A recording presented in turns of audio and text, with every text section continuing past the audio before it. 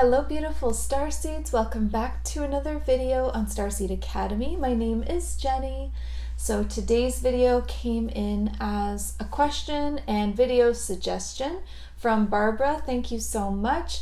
And her question was, aren't we all Starseeds? Like if we've all had past lives in these other stars and planets and constellations, galaxies, universes, whatever, aren't we all Starseeds?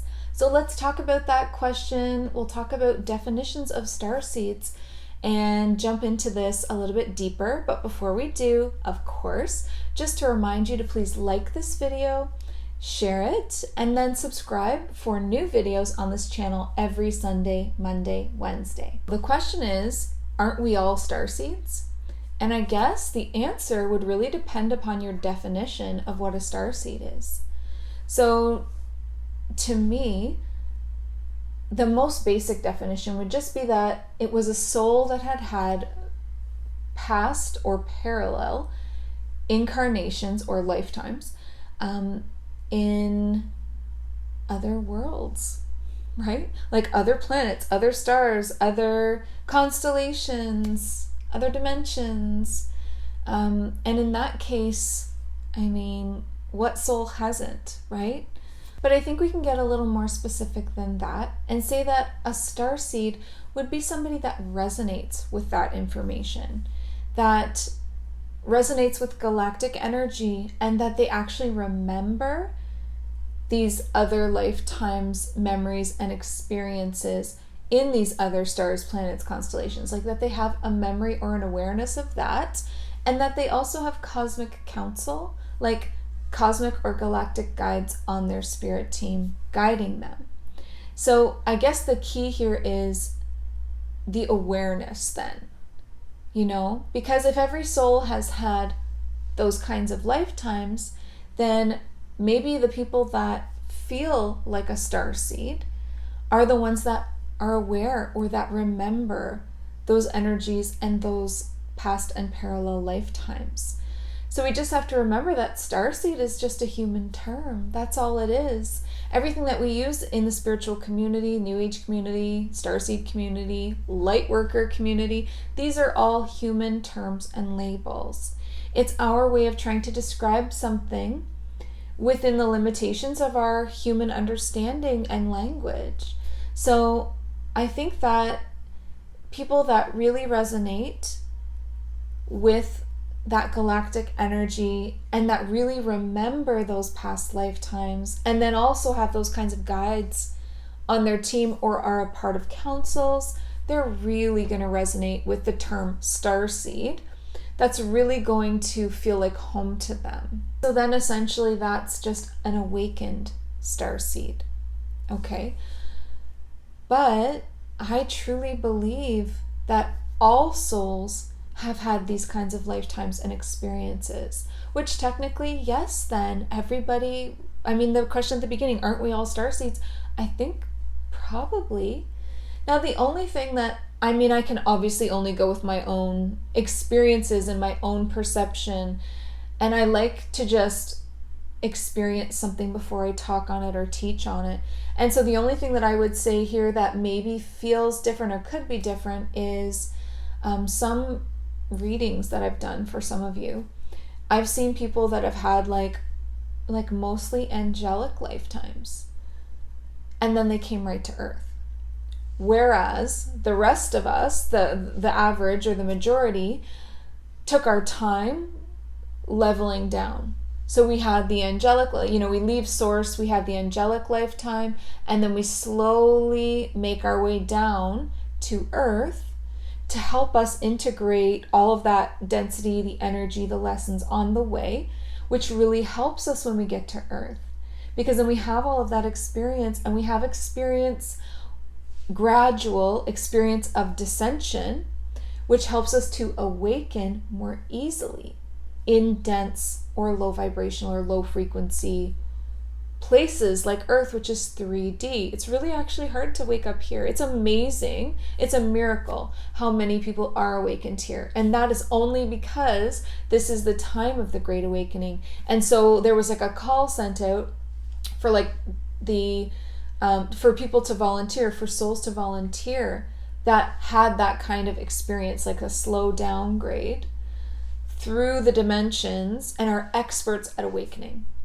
Because if I'm being honest, a lot of the people that I see that are just doing like angelic lifetimes and then kind of skipping a lot of that galactic stuff are really struggling.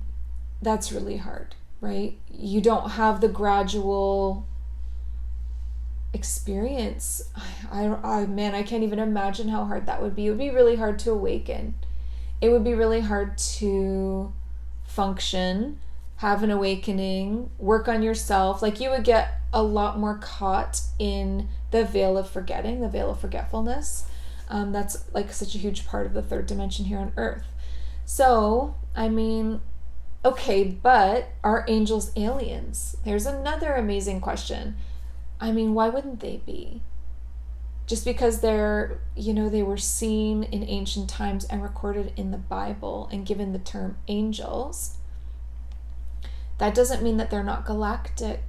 If every other high dimensional place, and being is considered galactic, like the Blu-ray beings, people consider them starseed or galactic energy.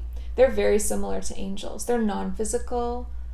They're really, they're super high vibe, and they really resonate around oneness. They're very close to source. That's a really beautiful being. Yet, and there's not that much difference between them and the angelic. They're both extremely high vibrational beings. The highest, other than source. When you individualize as a soul and then you start having separate incarnations or lifetimes, those Blu-ray beings, angelic beings, ascended masters, wow, all very high vibing. Why wouldn't they be considered galactic, right? I know Blu-rays are. So, and angels, I mean, they probably would be. So then in that case, oh my God, every single soul is a starseed. So then it's just whether or not you resonate with that and like that. I think that, does it resonate with you? Do you want to be? It's really up to you. It's just a term. What do you want to call yourself? And I know that we use these human terms for a good reason. We're trying to define a lot of difficult concepts here on Earth as humans, but we're also trying to create communities of like-minded individuals. And so you use things like terms like Starseed and Lightworker to bring people together, which is a beautiful thing then, right? But yeah, a lot of people really resonate with the idea of being an alien. And they stare up at the stars at night and they are so captivated beyond the average bear. And they really feel a longing, homesick. It's so strong, it's so powerful. That is an awakened starseed. They don't feel at home here because they're not really used to, this isn't their normal stop off. They're usually up in the higher frequencies in more I want to say advanced, and I only mean that in the way of technology, more soul memory, not better. It's not about being better or worse, but more advanced in their higher frequencies, that they can remember who they are, that they have all these crazy technologies, that they can travel the universe, portals, and so much, right? If you resonate with that, a lot of the time, it's even as a kid, right? And I have a video about strange signs from childhood that you were a starseed. It's a bit older now, but it's in it's one of the best received videos. So it's in that playlist of the most viewed videos. But in that video, I talk about all the weird stuff that I did as a kid because I was such a typical starseed. My very first imaginary friend's name was Starchild, and she's a Pleiadian. She was riding around on this white unicorn. It was just so funny, and so many signs. So do you resonate with that? Do you remember volunteering to come here? That's always an interesting question. And a lot of people do. And they also really remember volunteering to be of service. They just weren't coming here for personal growth and gain, though that's still a part of it. It's always going to be a part of it, personal growth. But they were also here on a mission to help, to volunteer, to help, to be of service with this huge evolution of consciousness going on for humanity. So helping humanity, also helping Gaia. So, I mean, that's a true awakened starseed. However, I mean, what soul would not do any of that? Like, what soul would choose to just go from source? Because everyone comes from source. Every single soul, that is the origination point. Animals, people, if it's life force and it's conscious and it's aware, it comes from source. So we all have the same starting point. So why would anybody just choose to come to Earth and then you wouldn't, right? And never do any of the amazing, crazy other worlds that are available? Fantastical, magical worlds? And who would choose Earth straight off? Like, okay, I've had zero experience. Let's go super advanced into the really deep, dark stuff. I know there's always exceptions to the rule, so I have no idea. I have never met a soul like that, ever. Every soul I've met, their beginning experiences or their beginning lifetimes and incarnations are angelic. They're gentle. They're like easing in, and then they very slowly make their way down to finally where we are now, and then even lower. On your way down, you are becoming enlightened. You are learning lessons. These are advanced levels, right? So just know that growth oftentimes is going in the opposite direction of what it's portrayed. The ascension, I mean, that obviously sounds like you're heading upwards, but really what ascension means is that you're raising your frequency higher. So whatever, as you're slowly downgrading, you're still trying to, when you get to that world and that incarnation, like Earth being this super advanced level, you have your awakening, and then you try to ascend your frequency, not ascend upwards through the dimensions, ascend your frequency as high as the dimension or planet will allow. Earth can hold 3D, 4D, and 5D. That's it, because it's a physical, very physical realm. So starseeds are going for 5D, like we're trying to go as high as possible. And then anything above that, it would be a different place, a different kind of physicality, density, and all of that. So the ascension is through ascending your personal frequency, not ascending upwards. However, when you make your way down, then a lot of us go in the other direction, and then we slowly start heading upwards for lessons on the rebound. So then that would truly be like an ascension, and it's the same thing. The experience is opposite yet the same. Going up or down, you are learning lessons, and they're either getting harder and harder and more advanced as you gain experience, because that's what going down is, and then you get to the bottom, and then maybe you slowly make your way back up, right? Okay, now it's getting lighter, now you're preparing yourself to rejoin source, likely. So growth goes in all directions, no judgment. That's why you can't assume anything. Everyone has their own unique path of learning and soul learning. Okay, so I think I got off track here. 1 second. So, okay, yes, so we were talking about even as a kid, starseeds will have these signs and really resonate with the stars, aliens, like extraterrestrial vibes, just love that kind of stuff, or just be weird, quirky, super unique, eccentric even children. And then, I mean, check out the video about signs from childhood, but a lot of the time we also have psychic gifts, connection to the spirit realms, physical health issues of trying to assimilate, so like a lot of sensitivities, skin sensitivities, diet sensitivities, digestive problems, oh my god, just so many things, like these poor kids as they're assimilating to this super dense, super like chemical ridden kind of fake toxic environment. It's really hard, right?